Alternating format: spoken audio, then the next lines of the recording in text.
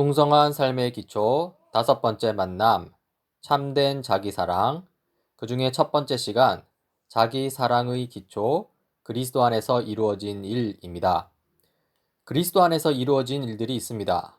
먼저, 하나님이 그리스도 예수 안에서 나를 받아들이셨다는 것이고요. 다음으로, 나는 그리스도 예수 안에서 특별한 작품이라는 것입니다. 마지막으로 나는 그리스도 예수 안에서 새로운 가족 공동체에 속했다는 것이죠. 그런데요, 우리는 여전히 초라해 보입니다.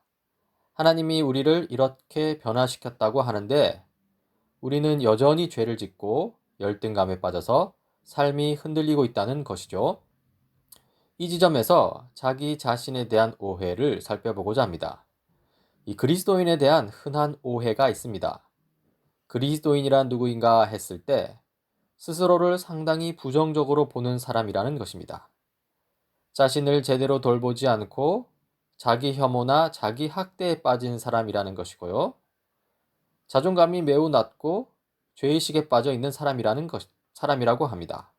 심지어 자신은 늘 죄를 짓고 실패할 수밖에 없다는 아주 강한 확신을 가진 사람이라고 하죠. 이러한 오해를 부르는 성경 해석이 있습니다. 마태복음 16장 24절에 대한 해석인데요.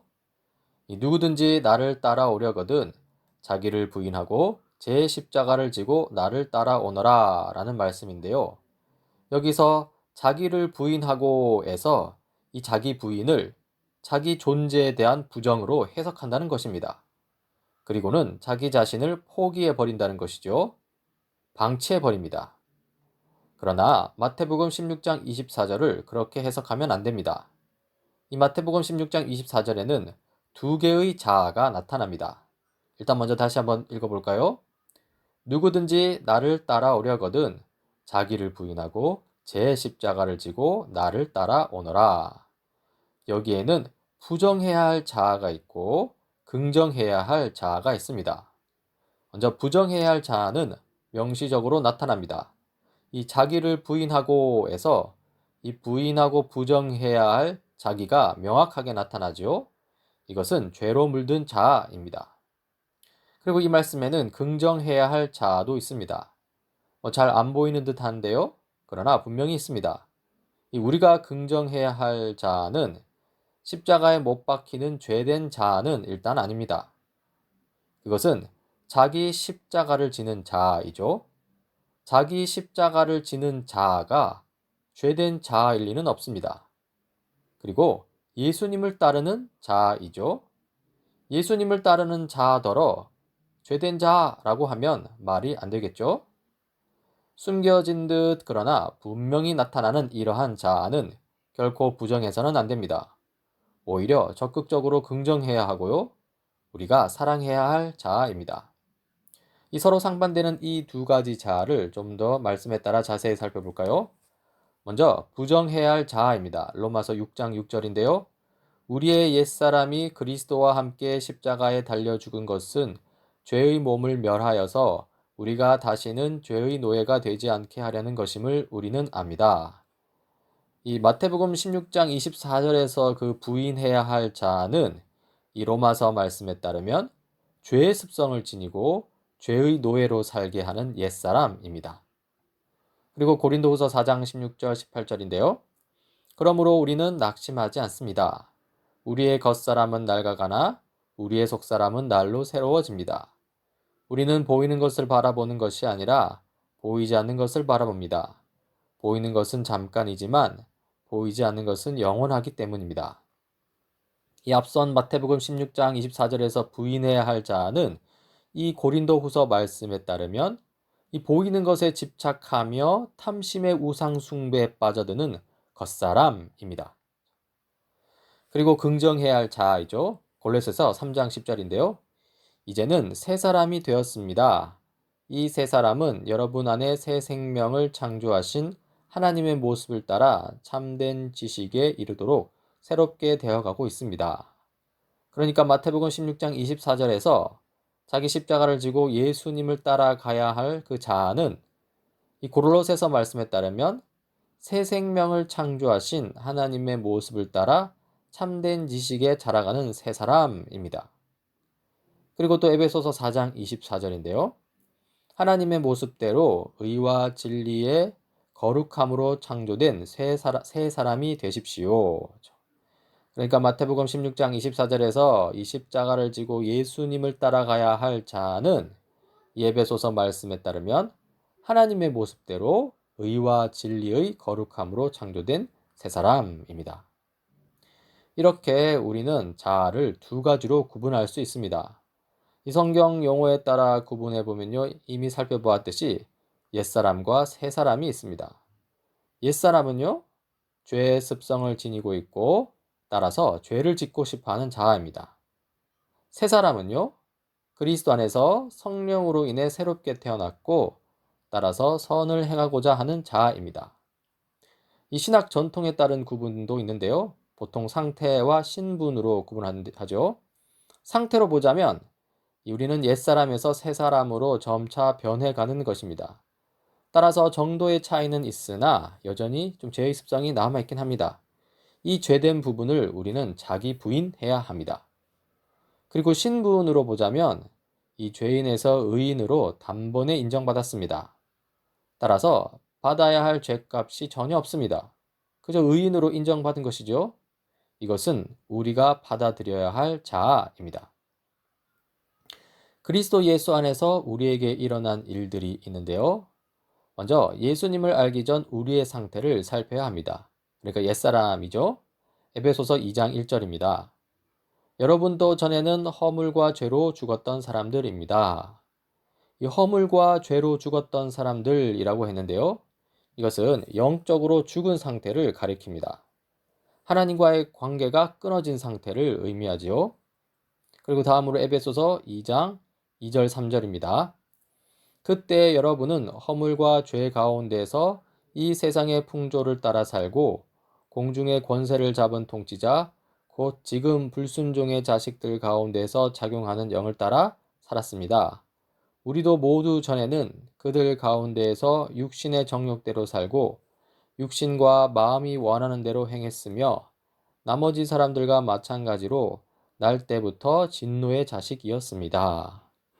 여기서 보면은 무엇을 따라 살다, 무엇대로 살다 행하다 이런 말이 반복해서 나오는데요.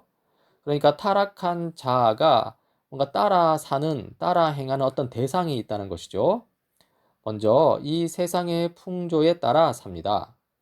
세상 사람들이 가지는 불안과 두려움에서 비롯된 이 유행들이 있습니다. 가령 어떻게 재테크를 해야 한다거나, 또는 어떤 옷을 입어야 한다거나 그런 거죠. 또는 약한 문화 풍습도 여기에 포함될 수 있겠습니다. 타락한 문화를 그대로 따른다는 것이죠. 그리고 불순종의 자식들 가운데에서 작용하는 영을 따라 산다고 했는데요. 사탄 마귀를 가리킵니다. 악한 영적 세력의 노예로 사는 것이죠. 그리고 육신의 정욕대로 육신과 마음이 원하는 대로 살고 행한다고 했는데요. 이것이야말로 옛사람의 습성을 따라 사는 것을 가리키는 것이죠. 이 에베소서 2장 3절 후반부에 이런 말씀이 있습니다. 나머지 사람들과 마찬가지로 날 때부터 진노의 자식이었습니다. 진노의 자식이라고 했는데요. 결국 옛사람을 따라 사는 사람은 심판의 대상이 됩니다. 그러니까 영원한 멸망을 향해 달려가는 것이죠. 이렇게 하나님과의 관계가 끊어졌을 때 마치 나 자신이 주인이 되어 내 인생을 마음대로 하는 것 같지만 실제로는 나 자신이 아닌 주변 세상이 나의 인생을 좌지우지하게 됩니다. 우리나라 사람들에게 이 비교 의식은 정말로 본성과도 같습니다. 다른 사람들이 어떻게 살아가는지가 중요한 것이죠. 다른 사람들과 비교하여서 나의 삶이 어떤 수준인지가 중요합니다. 대표적인 사례로 SNS가 있는데요. 이 SNS를 보면서 자기 한탄합니다. 쟤들은 해외여행도 다니고 멋진 레스토랑에서 즐기는데 나는 뭐지? 이렇게 하면서 스스로 초라하게 여기는 거죠. 또는 SNS를 통해서 자기 자랑에 빠지기도 합니다. 이야, 이거 사진 찍어서 올려야겠다. 이렇게 하면서 자랑을 하는 것이죠. 이렇게 하나님과의 관계가 끊어져서 하나님의 인도하심을 받는 삶을 잃어버린다면 나 자신이 나의 인생을 이끌어가는 게 아니라요.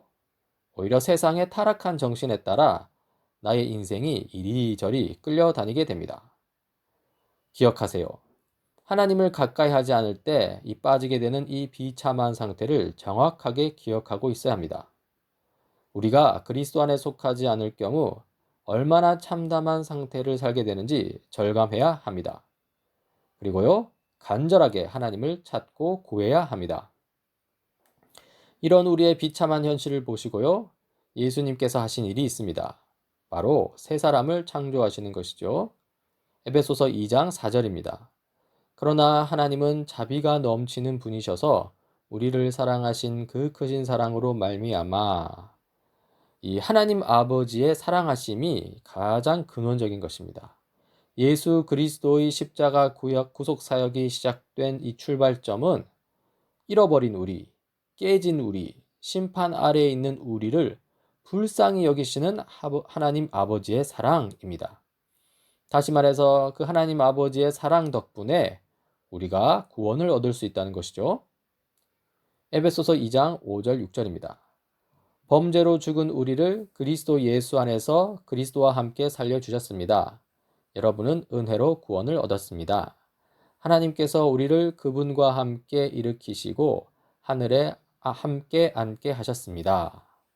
이 하나님께서 예수님을 통해 우리에게 베푸신 일이 나오죠. 예수님과 함께 살리셨고요. 함께 일으키셨고요. 함께 앉히셨습니다. 함께 살리셨다는 것은 소극적인 의미로 앞선 그 1절에서 더 이상 죽었던 사람들이 아니라는 것이죠. 그리고 함께 일으키셨다는 것은 적극적인 의미로 부활했다는 것입니다. 그리고 함께 앉히셨다는 이 하늘에 앉히셨다고 했는데요. 권능을 부여받았다는 것이죠. 하나님의 형상을 회복하여 이 세상을 다스리는 사역을 계속하게 되었다는 것입니다. 정리하자면 죄의 죽음으로부터 부활하여 하나님의 형상을 회복한 새 사람, 이것이 바로 회복된 우리의 자아라는 것이죠. 그리고 이것이 바로 예수님께서 우리를 위해 하신 일이고요. 우리가 사랑해야 할 진정한 나 자신입니다. 여기서 이 살리셨다, 일으키셨다, 앉히셨다는 이 동사들의 시제를 통해서 그 의미를 살펴볼 수 있는데요. 이것은 이미 완전히 이루어졌다는 것을 의미하고요. 그리고 현재에도 지속적인 영향력을 끼친다는 것을 의미합니다. 즉, 우리는 새 사람이 되었고요. 그리고 새 사람으로 계속 살아갑니다. 그리고 여기에 우리가 사랑해야 할 자기 정체성이 있습니다. 이 하나님 아버지의 사랑에 근거하여서 하나님 나라 백성으로서 자기를 참되게 사랑하는 저와 여러분이 되길 간절히 바랍니다.